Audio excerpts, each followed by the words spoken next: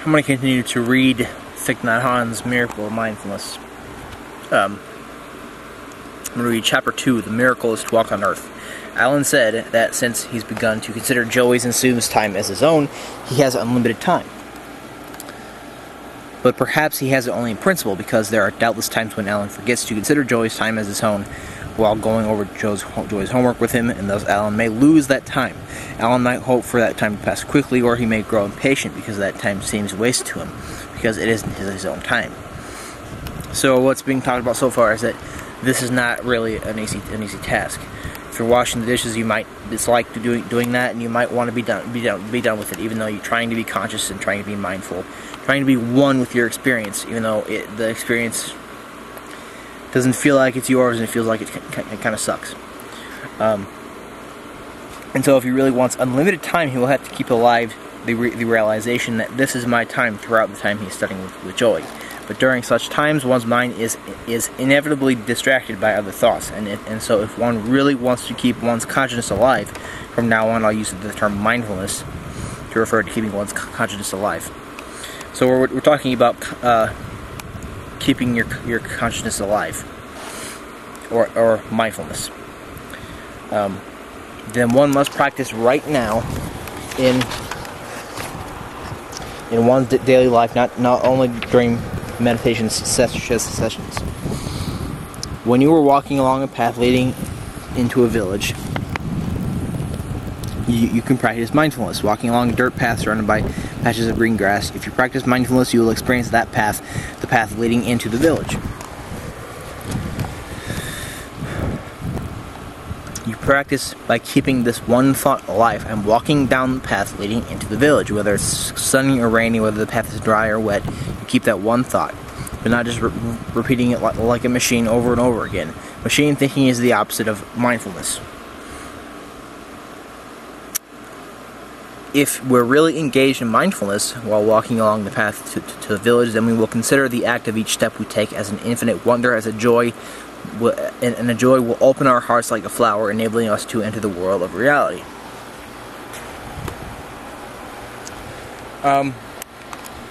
So he's talking about walking down a path. Think about walking down a path. I think that's a very good time to practice if you're just walking somewhere. It's a very good time to practice being mindful of everything that is going on.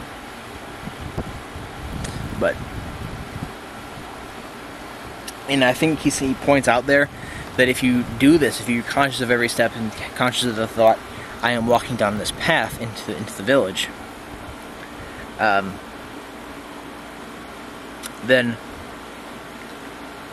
if you're conscious of this, he says a joy will open, and a joy will open like a flower. Now, a lot of you might not agree with this, that just being mindful and losing your dispersion might not lead to this sort of happiness or joy in just walking down a path. But what I have to say that is, don't knock it till you try it, alright? This is something that I have tried myself. This summer, I'm just going to tell you a little bit about myself. This summer, normally during the summers, I go to school, and I will take classes during the summer, but this summer I didn't have enough money to. So, ever since May, the beginning of May, I've been kind of sort of unhappy and bored because I'm not doing anything, I'm just working. I've been kind of working a lot during this summer so I can get some extra cash. And I don't like that very much. It's not fun to work that much because I don't exactly love my job. But just doing this one thing, and there's still more to come here to make this process better. If you just do this one thing, what I've been talking about in the last video and this one,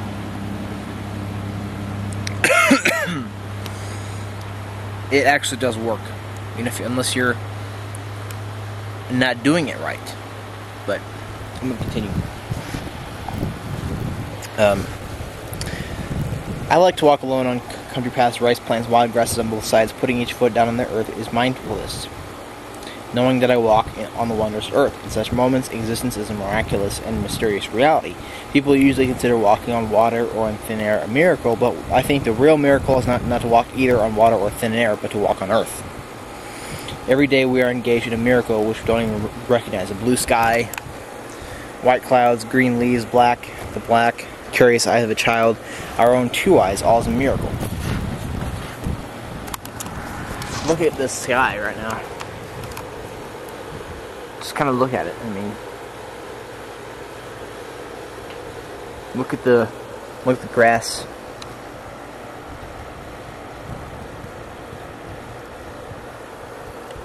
Just look at it. I mean, there's some nature out there, and a lot of corn. Whoops. But what he's getting at here, is mostly that there's a miracle going on all the time. There's a miracle in front of you all the time that you're not even recognizing. If you're dispersed, being slapped mindlessly among the waves, you're not recognizing what's really right in front of you. The miracle of this blue sky, the miracle to take in a breath, the miracle of your own eyes that you can see. If you can't see, it's a miracle that you can smell things, miracle that you can hear things. If there's miracles that you don't have, there's miracles that you do have at the same time. Now I'm just going to kind of take this into this story I read off of mymiserablelife.com. This person was, this is probably the fifth time I'm talking about this case, but this person was hit with a mortar and now is deformed. Now is waiting for his death because everything sucks now. Apparently he can see. Apparently he can hear. Apparently there's a lot of miracles that he still has, even though there's things that he's lost. And I don't know. There's miracles that we all have that we don't even recognize, don't even take the time to realize that they're miracles. Even if you're an idealist like myself, you can understand that that's still a miracle, even if it is a phantom. But this is a really good thing to discuss. But and then he talks about sitting, and he talks about the Zen master Dr. Thie again. Thie says that when sitting in meditation, one should sit upright, giving birth to this thought. Sitting here is like sitting on the Bodhi spot. The Bodhi spot is where Lord Buddha sat when he obtained enlightenment. If any person can become a Buddha, and the Buddhas are all those countless persons who have obtained enlightenment, then many have sat on the very spot I sit on now. Sitting on the same spot as a Buddha gives rise to happiness, and sitting in mindfulness means itself to have become a Buddha. The poet Nguyen Quang Tru experienced the same thing when he sat down on a certain spot and suddenly saw how others had sat on the same spot countless ages ago, and how in ages to come others would also come to sit there. On the same spot I sit today, others came in ages past to sit. 1,000 years still others would come. Who is the singer and who the listener? That spot and the minutes he spent there became a link to eternal reality. So he's continuing to talk about mindfulness, but here's one thing I want to really talk about here: taking hold of one's breath. Thus, mindfulness is at the same time a means and an end, the seed and the fruit. When we practice mindfulness in order to build up concentration, mindfulness is a seed. But mindfulness itself is the life of awareness. The presence of mindfulness means the presence of life, and therefore mindfulness is also the fruit. Mindfulness frees us of forgetfulness and dispersion and makes it possible to live fully each minute of life. Mindfulness enables us to live. I'm gonna make this stupid connection here, but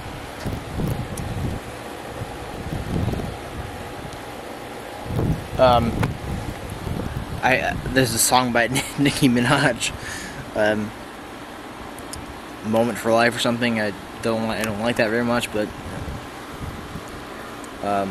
she says something like, "To have life doesn't mean you're alive" or something.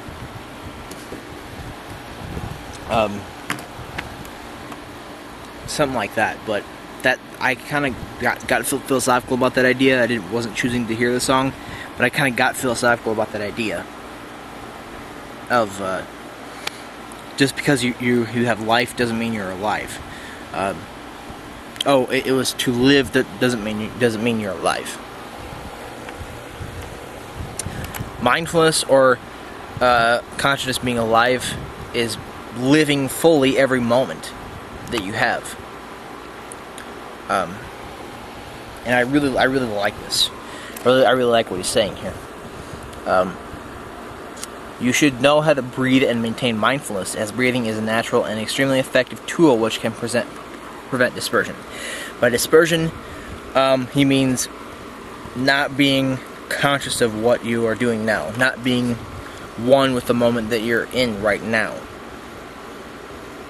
So it's kind of bringing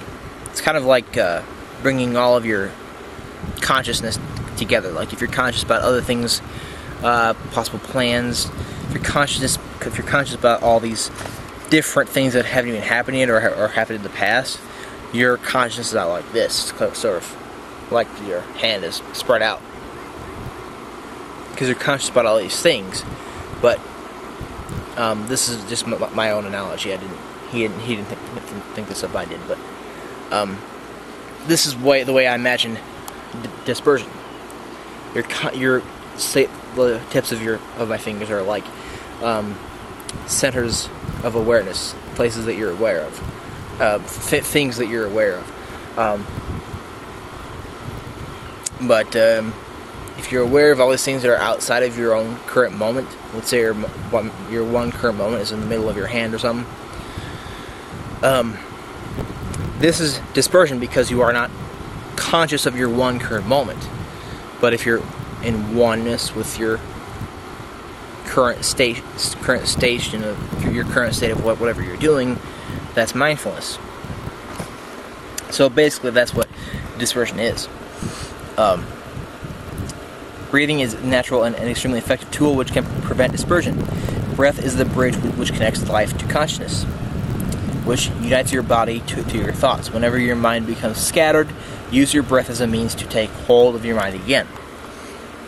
Breathe in lightly,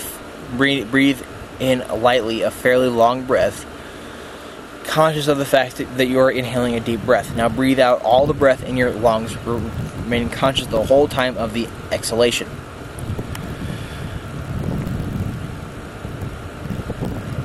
The Sutra of Mindfulness teaches the method to take hold of one's breath in the following manner.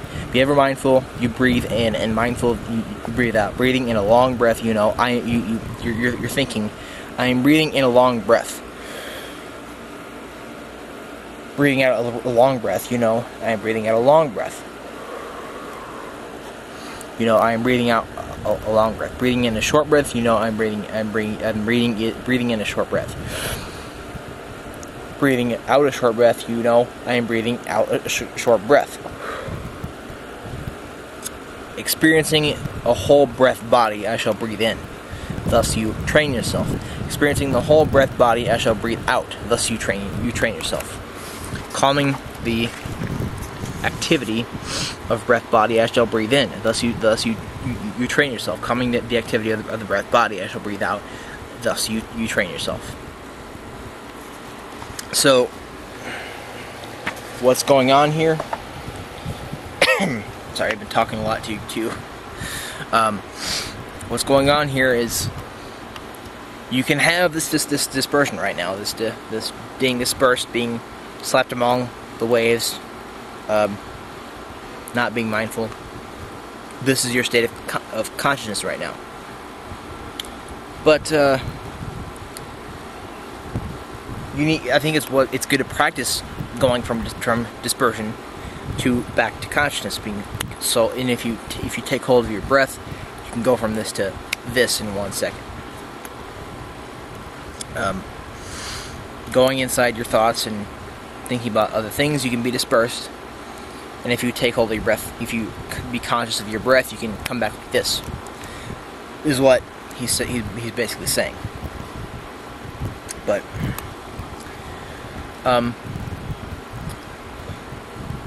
why is breath important?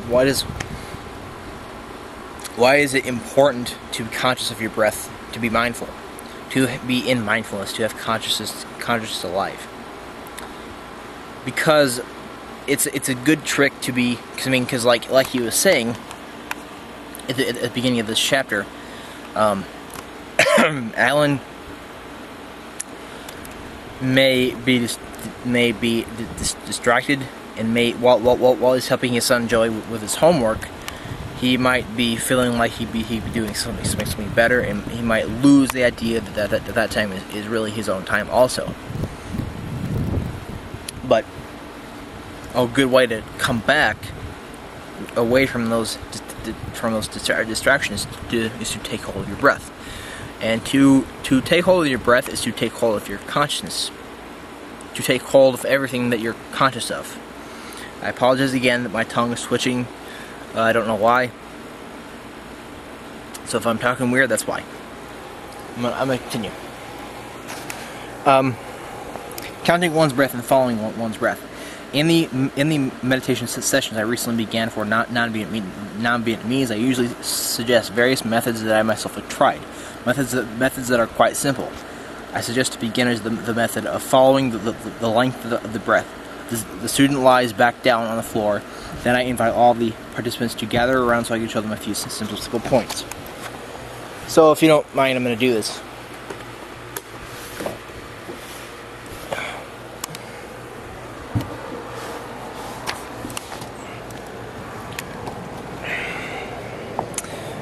Although inhaling and exhaling are the work of the lungs and take place in the chest area, the stomach area also plays a role. The stomach rises with the filling of the lungs. At the beginning of the breath, the stomach begins to push out, but after inhaling, about two-thirds of the breath starts to lower again.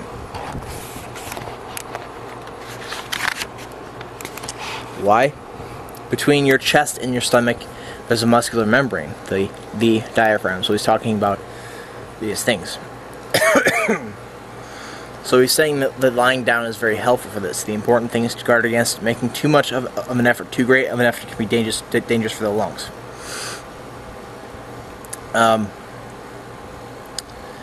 Let your arms. I'm not going to be able to do this fully because I'm holding the camera, but well, maybe I can here. So you're supposed to pretty much let your arms loosely at your side. Focus your attention on your exhalation and watch how long it is. Measure it slowly by counting in your mind. 1, 2, 3. After 7 times, you will know the length of your breath. Perhaps it is 5. Now try to extend the exhalation for one more count. So yeah, mine was 5. Know the length of your breath. Perhaps it is 5. Now try to extend the exhalation for one more count or 2, so that the exhalation becomes 6 or 7. So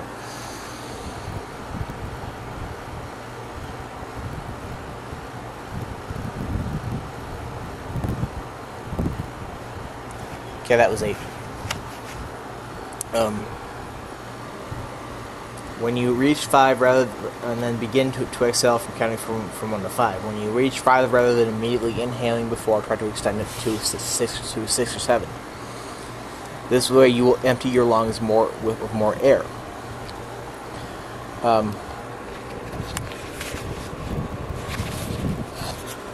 So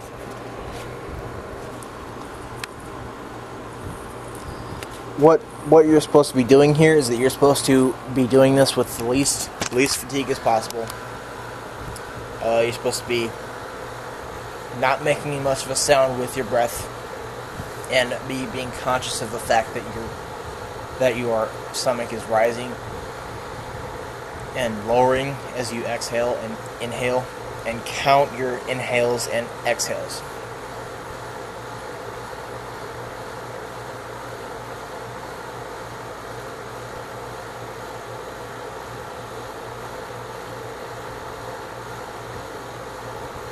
Did it really look like I was doing anything?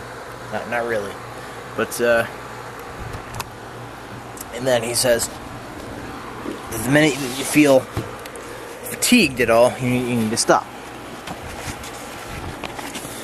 So, and then start breathing normally again. So, and then this is, he talks about how it should be quiet, and how making your own breath calm and even is called the method of following one's own breath. If it seems hard at first, you can substitute the method of counting your own breath. As you breathe in, count 1 in your mind. As you breathe out, count 1. This is a different way to do it. You can go, just do 1 and 2 as you breathe in and breathe out. This exercise is the beginning point in the process of becoming continuously conscious of your breath. Without mindfulness, however, you will quickly lose count. So, what this is supposed to be doing is that you're supposed to do this, begin to do this naturally. The big idea here is that if you're, so that you aren't going to have to be laying down and doing this. I laid down just to show how this can be done. But the goal here is to end up doing this naturally, because mindfulness is always being conscious of your breath and knowing how long your inhales and exhales are. If they're 5 and 8, then always know that, and you should. And if you continue to practice this, then it will be sort of. If you practice this a lot, like on a daily basis, you will become